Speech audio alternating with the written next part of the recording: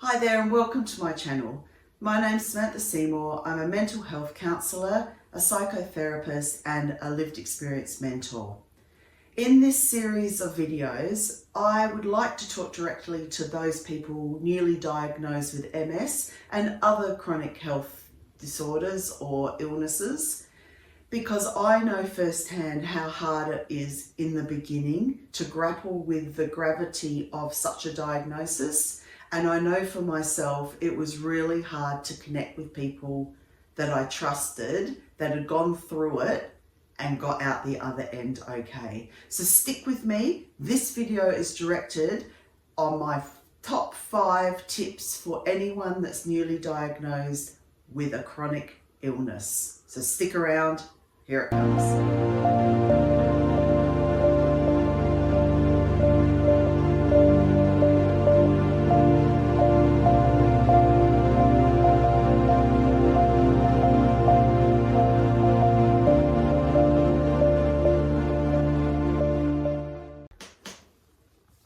Welcome back and thanks for sticking around.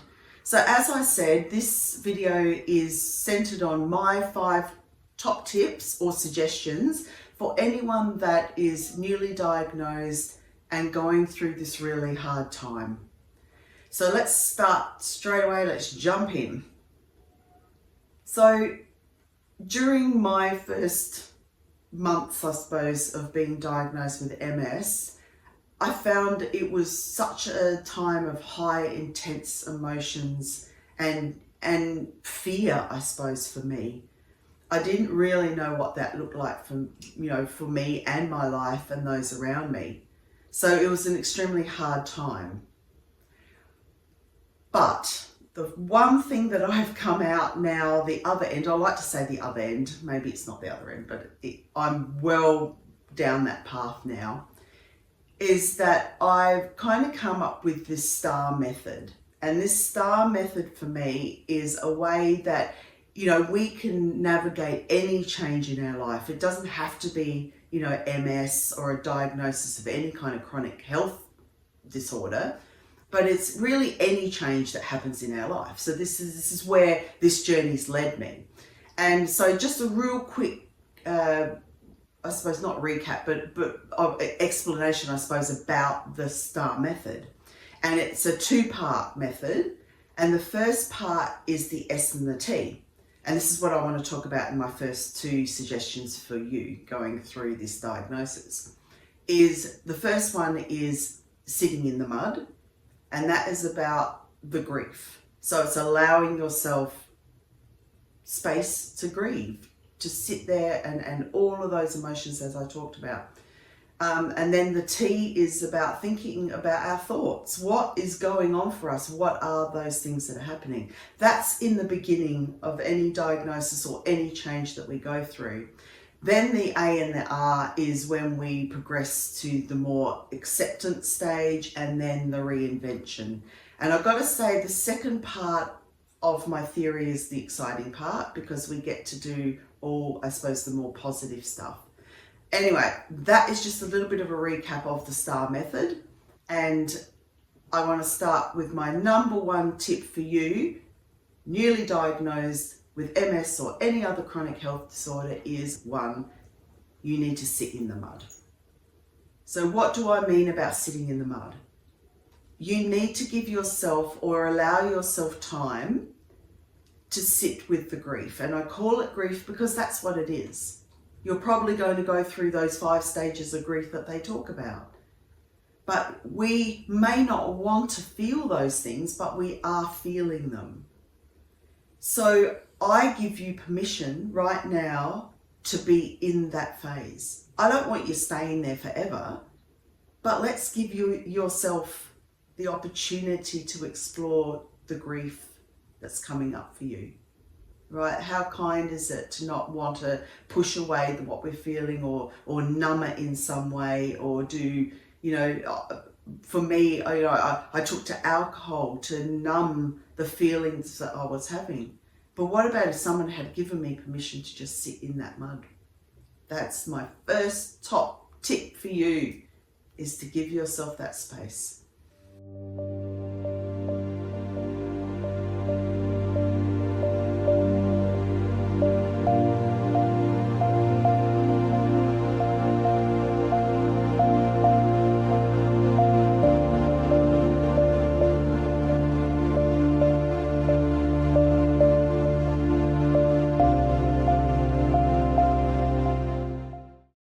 Number 2 is around the thoughts. So it's exploring what thoughts are coming up for you. Right? And that's going to be different for everyone. If you're like me, my thoughts went to, I'll never be the same again, my life is over, all of those things that come up that are based in fear, not reality, they're fear. You know, we're ignorant at the start as well because we're going through the grief, we're going through a lot of shock, we're going through a lot of stuff, and I call this the woe is me stage, and that's not derogatory to anyone. It is the sadness stage, it's the fear stage, it's all of those things. But key to this is, exploring what your thoughts are. You know, get it down. Think about, actually, this is showing up for me now, right? That is really important.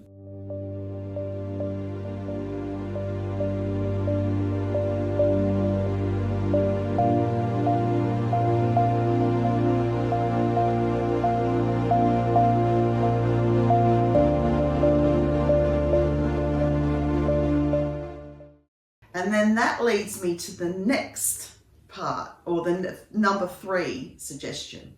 You have to get really good at being a surfer. Weird thing to say. But what I mean by that is you need to be able to ride that emotional storm that comes on. And it does come on.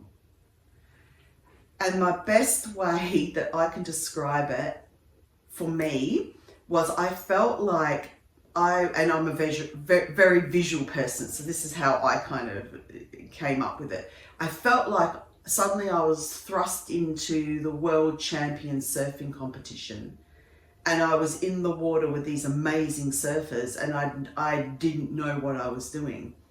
And I could have chosen to fight against it and do all of that, but I was in the water already. So my option was to ride that wave the best I could. And that was to give myself over to the wave. Now that sounds strange, but that's how I visualized it in my head. And it would come over me. So I would sit down and I would ground myself. So grounding is about going, I'm here, I'm now, I'm okay right this moment. And then you ride that wave and you give yourself over to it and you sit with it. And that wave, what happens is it ebbs. And I read somewhere the other day that it takes 90 seconds for you to ride a wave. Now 90 seconds is doable. It's going to be intense. It's going to be really hard, but you can ride it. And then on the other side of that, there's the lull, right? And you've given yourself in those 3 things, the most important things that you can do, no matter what you're going through, right? So get good at those things. Right? And it's all about giving yourself permission to do it. Right? I tell you what, those three things are key to everything in life.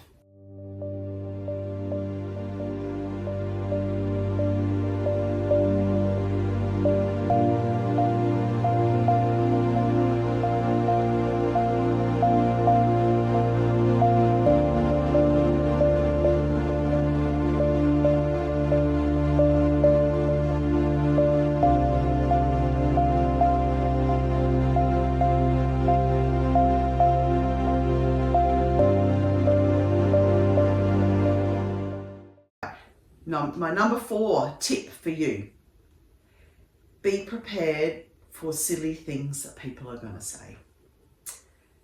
I had no idea that this was going to happen. It shocked me every time. It took me down what I call the rabbit hole. I panicked. I felt very dark with what people said. And I still don't understand why people say things they say.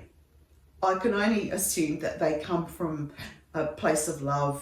They come from a place of trying to empathize with your story, even though they're not going through it. I really don't understand it.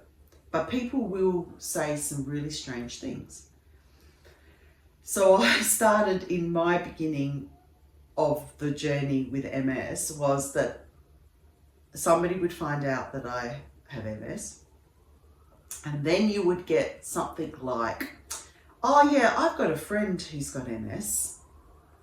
And then I would literally go cold because I knew the second half of this story was not going to be very pleasant. And you know what? That's not the truth. What they're about to say and say all these things that may be really hard for you to hear, that it's just not the truth. There's a whole lot of ignorance out there about MS and other chronic health, disorders. And I don't get it, but there it is, right? Even I remember at the beginning, I went to see a psychologist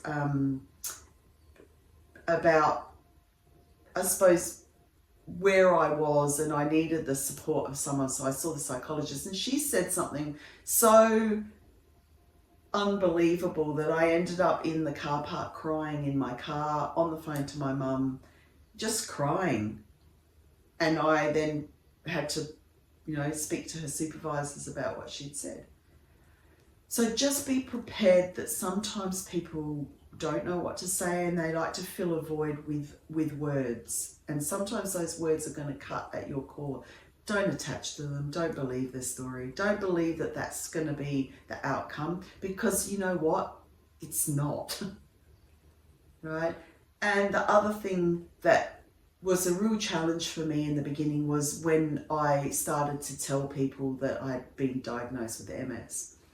And you will get reactions from people crying, and that's very hard to deal with. In the beginning, I would then try to educate them about MS and, kind of talk them out of their tears. But that's the rescuer in me. I wanted to take their pain away. And it was also served a purpose for me too, because I was able to then kind of reassure myself, oh no, hang on, this isn't. But people are going to do that, and people love you, and people are going to be shocked the same as you are. So in a way, we have to give space for them to do what they have to do.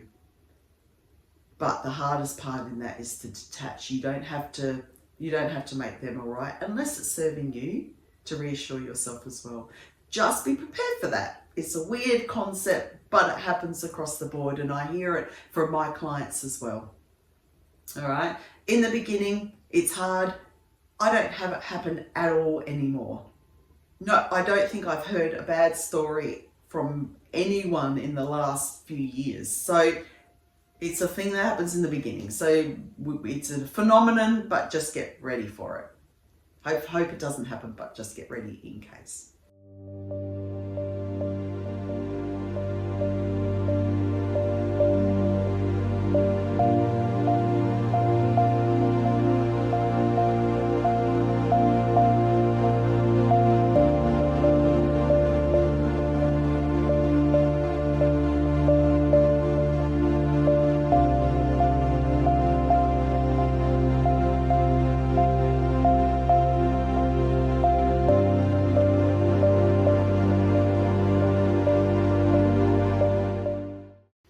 All right, this is the number 5 suggestion for you.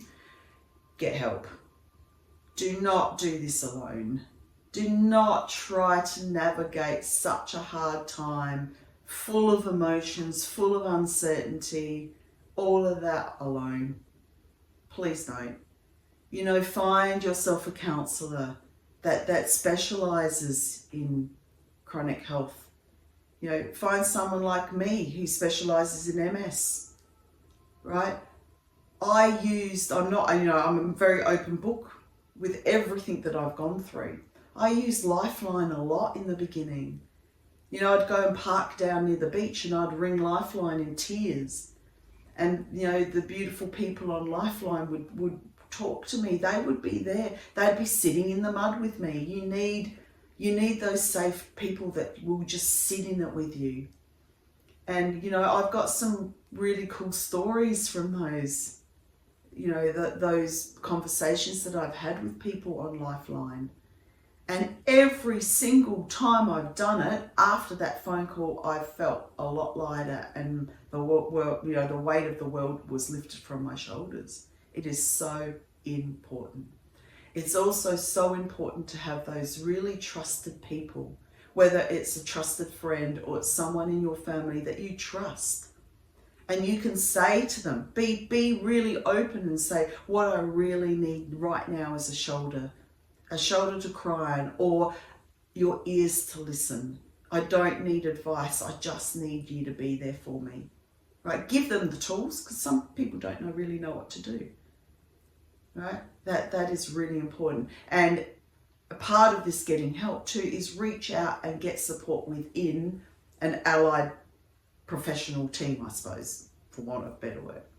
You know, for me, my MS nurse at the hospital was foundational in the beginning. I would ring him and say, oh no, you know, this is step, and he would be there every step of the way, reassuring me. The nurse at the MS Society was there for me. MS Society was there for me. I know in South Australia they're going through some hard times now, but there is MS Australia.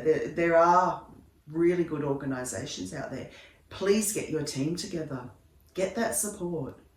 And when you are riding that wave and it feels just too hard to do alone, pick up that phone and call Lifeline and speak to their counsellors. That's what they're there for. Use the chat. You know, there's so many helplines that you can just do a chat on your computer or your phone. Chat GPT, I don't know. You know, I don't advocate for that so much, but that is there for you to offload and do all of that.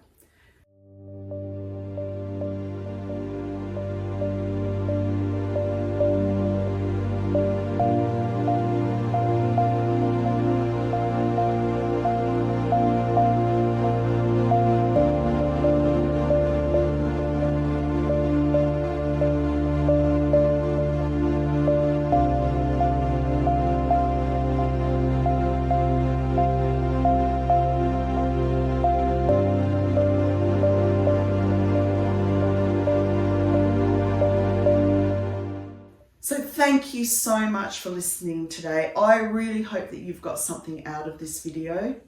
And you know, please like and subscribe this channel, because I'm really hoping for more content. And I want you along the way to know that you're not alone and that I'm here for you. And newstartcounselling.net.au is here for you too. Okay, please take care of yourself. And as I always say, kindness. Spread kindness around and you'll get it back. Thank you for listening. Have a great day. Bye.